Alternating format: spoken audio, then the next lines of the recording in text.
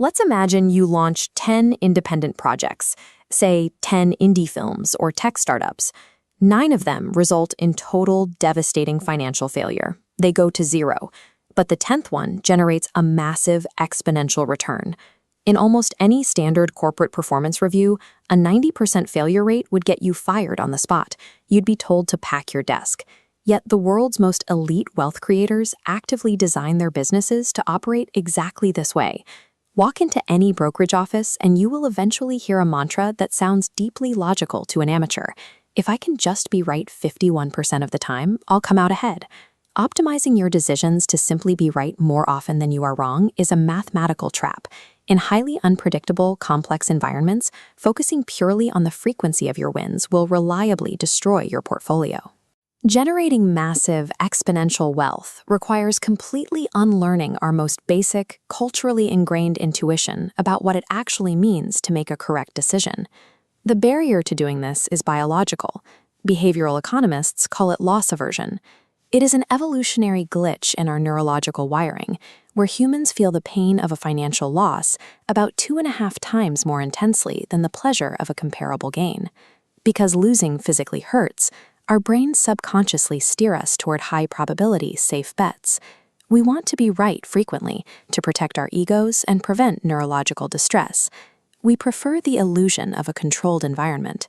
Think of a casino, where the exact odds of every game are mathematically fixed and known in advance. But the real world of investing in business is an unmapped system of complete uncertainty. Because our biology desperately craves the comfort of frequent minor wins, we naturally retreat from the exact environments where life-changing wealth is actually generated. Look at the historical career of Babe Ruth. He held records for striking out, walking back to the dugout empty-handed more than almost anyone else in his era. Yet, he is remembered solely as a titan of the sport. This illustrates the Babe Ruth effect. In probabilistic fields, the frequency of correctness is completely irrelevant. The magnitude of the payoff when you are correct is the only metric that matters. Elite decision-makers calculate this using a mathematical tool called expected value. It is an equation that balances the probability and size of a potential gain against the probability and size of a potential loss. Under this formula, a massive 90% failure rate actually generates a wildly positive expected value, as long as that single 10% victory yields an asymmetrical exponential payoff. Conversely, a highly safe proposition, say a 75% win rate, generates a negative expected value if the few losses you do take carry severe downsides.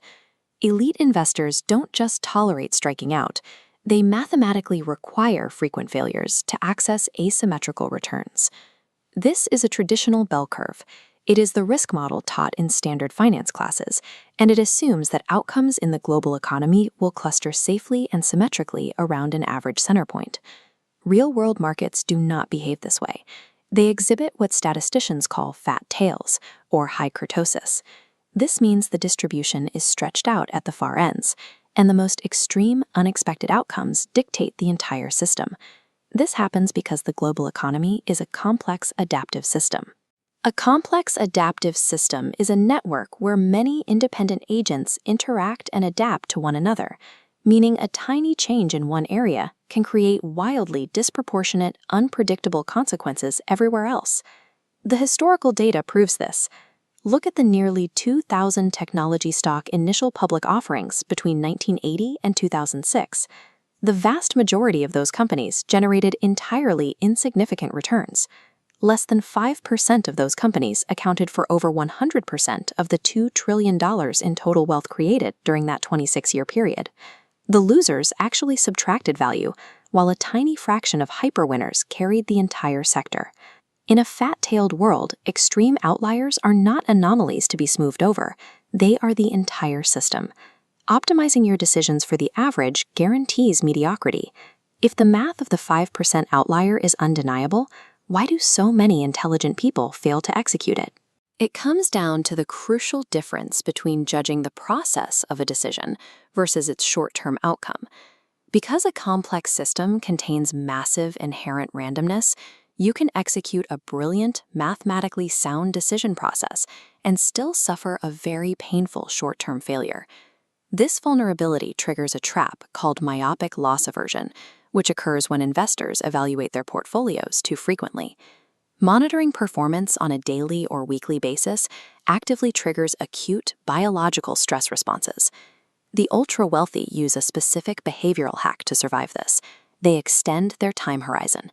By zooming out to an annual or multi-year evaluation period, they artificially neutralize that 2.5 times psychological pain multiplier of individual daily losses.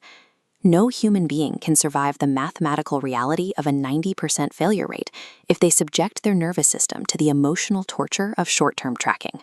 You see this discipline in modern practitioners like Warren Buffett. He strictly relies on probabilistic decision trees to evaluate investments, deliberately isolating himself from emotional reactions to market noise. To replicate this, you must consciously decouple your ego from the biological urge to feel correct on a daily basis. True wealth is never built by being right the most often. It is built by being right the most massively.